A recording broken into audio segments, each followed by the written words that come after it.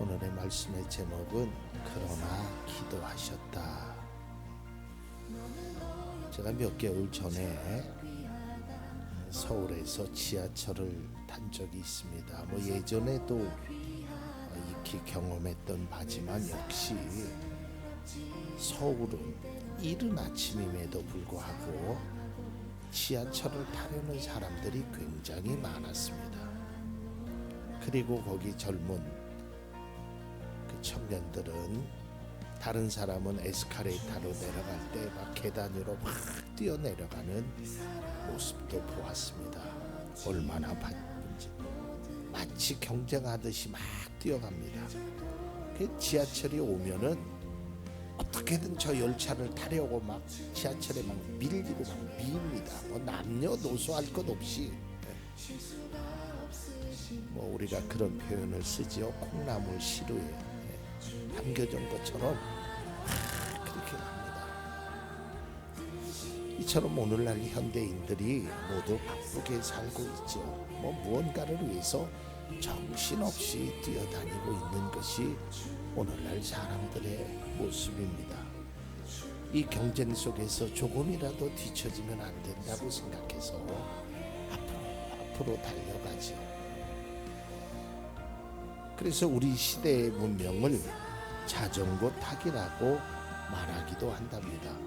여러분, 자전거를 타보면 이 페달을 굴리지 않으면 내리막길에서는 상관없지만 오르막길이나 평지에서는 이 자전거가 스탑되고 자전거가 쓰러지죠. 그러니까 쓰러지지 않기 위해서 오늘도 계속 밟아대는 것입니다. 남들이 달리니 안 달릴 수 없고 내 생각과 의지와 상관없이 그렇게 살지 않으면 살 수 없기 때문에 그렇게 살아가고 있는 것이죠. 그런데 이렇게 바삐 휘몰차게 생활하다 보면 어느 순간인가 참 공허함이 다가옵니다. 여러분, 뉴스에서 들어서 아시지만 우리하고 아주 친숙했던 일용 엄마가 세상을 떠났습니다. 그 많은 사람들에게 아주 찰지게 욕도 하고 쓴소리도 잘했던 그분이 세상을 떠났어요. 그 이유가 고혈당 쇼크라고 합니다. 근데 그것이 스트레스 때문에 그렇대요. 그러니까 이리 뛰고 저리 뛰고 막 얼마나 큰 스트레스를 받는지. 예전에 그분이 나와서 이제 김치 공장인가 이런 것도 하셨죠, 그분이. 그러면서 자기도 좀 돌아보면 너무 처절하게 달려왔다라는 거예요. 그러니까 좀 쉬고 싶다라는 거예요. 그래서 오늘날 사람들은 자기만의 시간을 갖기를 조금 바라고 있어요. 그래서 언젠가는 혼자 여행도 가고 또 혼자 좀 외딴 곳에 가서 그냥 좀 쉬고 싶은 것이 우리들의 마음이기도 합니다. 또 맛집을 찾아다니든지 좋은 사람을 만나서 함께 담소를 나누고 그저 세상의 시름을 다 내려놓기를 또 사람들은 기대하고 있습니다. 자, 이러한 배경에서 오늘 이제 말씀을 좀 우리가 들어가고자 합니다. 이제 오늘 말씀은 누가복음 5장에는 밤새 고기 한 마리 잡지 못했던 베드로가 예수님의 말씀으로 그물이 찢어질 만큼 고기를 잡게 됩니다. 이제 그 이후에 예수님께서 어느 마을에 들어가셨는데 나병 환자가 찾아와서 예수님 앞에 자기를 할 수만 있으면 좀 깨끗하게 해주십시오. 이 말은 예수님은 분명히 할 수 있습니다. 나의 병을 좀 깨끗하게 치료해 주십시오. 그러자 예수님은 그의 병을 고쳐주십니다. 그리고 나서 기뻐하고 있는 그 나병 환자를 향해서 예수님은 이렇게 말씀합니다. 누가복음 5장 14절입니다. 예수께서 그 사람에게 아무에게도 말하지 말라고 명하시고 이렇게 말씀하셨다. 가서 제사장에게 내 몸을 보이고 내가 깨끗하게 된 것에 대하여 모세가 명한 대로 예물을 드려서 사람들에게 증거로 삼아라. 그러니까 사람들에게 얘기하지 말라라는 거예요. 왜 비밀로 하려고 그랬냐면 많은 사람들이 막 예수님을 찾아오니까 예수님도 때로는 참 그런 것들이 힘드셨는지 무슨 이유인지는 정확하지 모르지만 또 예수님은 그런 거 막 자랑하고 싶어서 더 말하라고 얘기할 그런 상황이 아니었다라는 거예요. 그러면서 제사장에게 보이라고 한 것은 율법적으로 네가 완전히 깨끗함을 받았다는 것을 증명하기 위해서 그랬습니다. 그러니까 예수님은 여러분 한번 생각해 보세요. 어떤 사람이 어떤 의사가 중한 병, 뭐 암을 고쳤다고 치면요 신문에 막 대서특필합니다. 뭐 어떤 의사가 뭐를 했다라고 막 자기 자랑, 병원 자랑, 또 학교 자랑, 어떤 큰 일을 행하면 막 그런 자랑들을 막 하죠. 뭐 우리 학교에서 서울대학을 몇 명을 보냈다. 우리 병원은 환자를 이렇게 고쳤다. 우리 식당은 맛집으로 소문났다. 뭐 이런 것들을 사람들이 더 열광할 수 있도록 그렇게 하는데 예수님은 그렇게 하지 말라라는 거예요. 그런데 예수님의 기대와는 달리 이런 사람들의 반응은 열광적이었습니다. 오늘 본문 다시 한번 봅니다. 5장 15절입니다. 그러나 예수의 소문이 더욱더 퍼지니 큰 무리가 그의 말씀도 듣고 또 자기들의 병도 고치고자 하여 모여들었다. 사람들이 예수님의 기대와는 달리 더 많이 모이는 거예요. 소문이 퍼지고 사람들은 더더욱 또 자기 병을 고치고자 예수님께 모여들을 수밖에 없었겠죠. 여러분, 요즘은 인터넷이라는 것이 발달되어서 더더욱 그렇지만 소문 중에서 가장 무서운 소문이 입소문입니다. 입소문. 입으로 사람들이 전파되는 거예요. 뭐 저는 전국의 맛집을 뭐 다녀보진 않지만 어느 지역에 가면 그 맛집이라는 곳이 있죠. 가끔 그런 데를 뭐 여행을 간다든지 출장을 갔을 때 찾아가 보면 놀라운 것이 아니 어떻게 이 산골에 이런 곳에 사람들이 이렇게 많이 찾아올까? 대단한 열광이에요. 마찬가지로 예수님이 계신 곳에 사람들이 열광적으로 모여들었단 말이죠. 이러한 모습을 보고 예수님의 반응입니다. 오늘 말씀의 제목이 들어있는 본문입니다. 16절. 그러나 예수께서는 외딴 데로 물러가서 기도하셨다. NIV 영어 성경에 보면 이 문장 속에 종종이라는 예수님께서는 종종 반복적으로 이렇게 하셨다는 거예요. 어떻게요? 외딴 곳에 가서 기도하셨다는 거예요. 복음서에 보면 예수님께서 기도하신 모습을 보게 되는데요. 마가복음 1장 35절입니다. 아주 이른 새벽에 예수께서 일어나서 외딴 곳으로 나가셔서 거기에서 기도하고 계셨다. 마태복음 14장 23절입니다. 무리를 헤쳐 보낸 뒤에 예수께서는 따로 기도하시려고 산에 올라가셨다. 이 외에도 복음서에 보면 예수님께서 기도하시는 모습을 많이 볼 수 있습니다. 변화산에서도 기도하셨고요. 우리가 잘 아는 대로 겟세마네 동산에서도 기도하셨죠. 또 누가복음 6장 12절에 보면 그 무렵에 예수께서 기도하려고 산으로 떠나가서 밤을 새우면서 하나님께 기도하셨다라고 말하고 있어요. 그런데요, 오늘 본문처럼 사람들의 열광적인 반응에 대해서 예수님은 별로 관심을 보이지 않았어요. 막 사람들이 막 예수님 예수님 하고 막 그러니까 그들의 외침을 외면하신 것이 아니라요. 그들에게 당신이 인기가 올라가고 그런 것에 대해서 별로 관심을 갖지 않았다는. 심지어는 이런 일도 있었습니다. 요한복음 6장 15절입니다. 오병이어의 기적을 본 사람들의 반응입니다. 예수께서는 사람들이 와서 억지로 자기를 모셔다가 왕으로 삼으려고 한다는 것을 아시고 혼자서 다시 산으로 물러가셨다. 왕으로 삼으려고 했어요.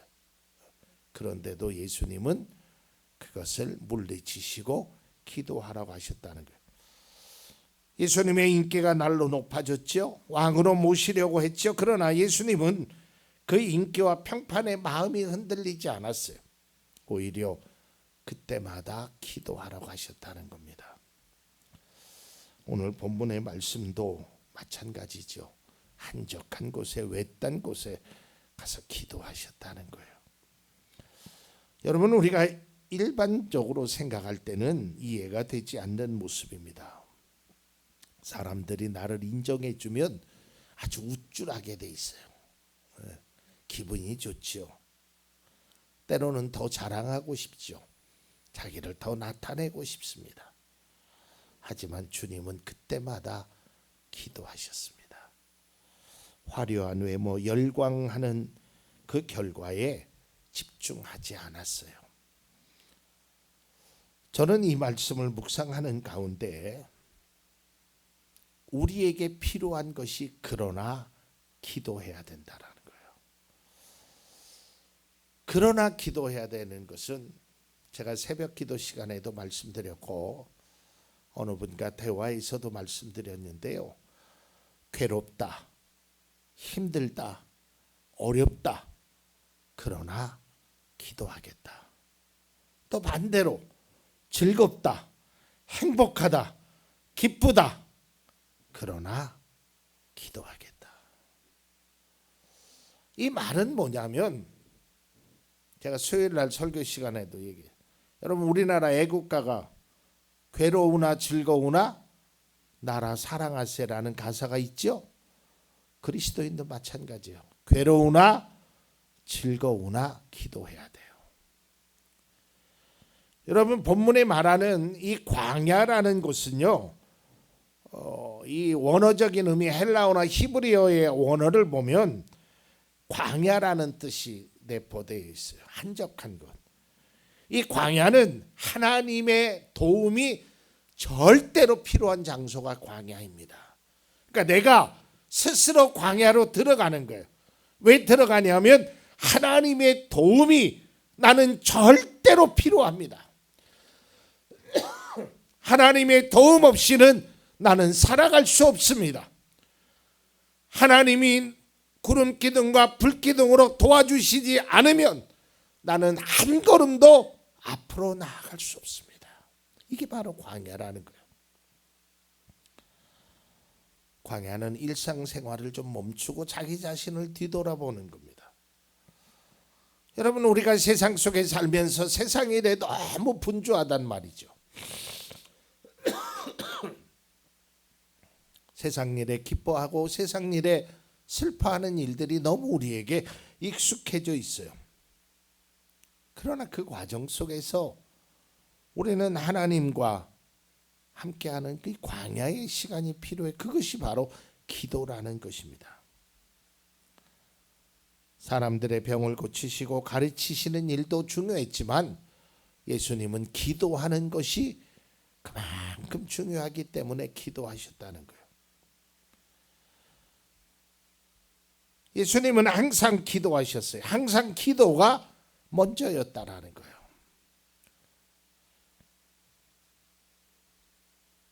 여러분, 왜 예수님이 기도하셨는 줄 아세요? 왜 사람들을 뿌리쳤는 줄 아십니까? 그걸 하기 위해서 기도하신 거예요. 다시 말해서 자신의 능력을 하나님으로부터 받기 위해서 더 많은 사람들에게 더 많은 혜택을 주기 위해서 기도하셨다는 거예요. 그러니까 기도가 우선이에요. 기도를 먼저 해야 하는 것입니다. 그러니까 여러분, 우리가 항상 제가 말씀드리지만 믿음으로 상황을 바라보고 믿음으로 환경을 바라봐야지, 환경 속에서 믿음이, 상황 속에서 믿음이 흔들리면 결국에는 넘어진단 말이에요. 그러니까 믿음이라는 관점에서 상황을 바라보고 내 앞에 문제를 바라보고 나의 달려갈 길을 바라볼 수 있어요. 그 믿음이라는. 그러니까 말에 그 뉘앙스를 알아야 돼요. 힘들어서 기도한다. 말이 되죠. 그런데 조금 바꿔야 합니다. 기도로서 힘든 상황을 바라봐야 돼요. 기도가 먼저 해야 되는 거예요. 왜 그러냐면 우리의 기도가 상황 속에서만 이어진단 말이에요. 어려움 당하면 하나님 살려주세요. 힘든 일이 있으면, 고통스러운 일이 있으면 하나님 고쳐주세요. 근데 내 상황이 우선이고 기도가 나중에 되면 어떤 상황이 일어나느냐면 결국은 상황이 변하지 않으면 기도가 멈춰진다는 거예요. 이게 그리스도인의 우리들의 약점이란 말이에요. 근데 반대로요. 여러분, 우리가 기도가 우선해야 되고 기도가 멈추지 말아야 되면 결국에는 상황은 멈춰지게끔 되어 있습니다. 그러니까 내가 기도하는 것이 먼저여야 돼요. 그리고 무엇보다도 이 기도하는 시간, 이 시간이 나의 삶에 너무도 소중하고 귀한 시간이라는 것을 우리가 인식해야 돼요. 예수님께서는 기도하면서 하나님과 깊은 교제를 나누셨습니다.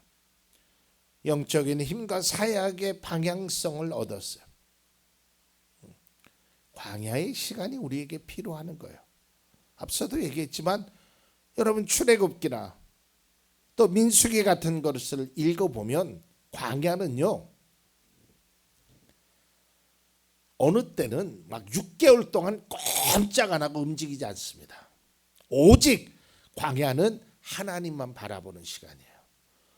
어느 때는 잠도 못 자고 움직일 때도 있어요. 그냥 하나님이 하라는 대로 하는 게 광야의 시간이에요. 그게 우리의 기도의 시간이 돼야 되고 신앙생활에 우리에게 필요하다는 겁니다. 예수님은 그것을 아셨기에 아무리 힘들어도 기도하셨다. 아무리 바빠도 기도하셨다. 아무리 어려워도 십자가를 지는 그 고통의 순간에도 예수님은 기도하셨다는 거예요.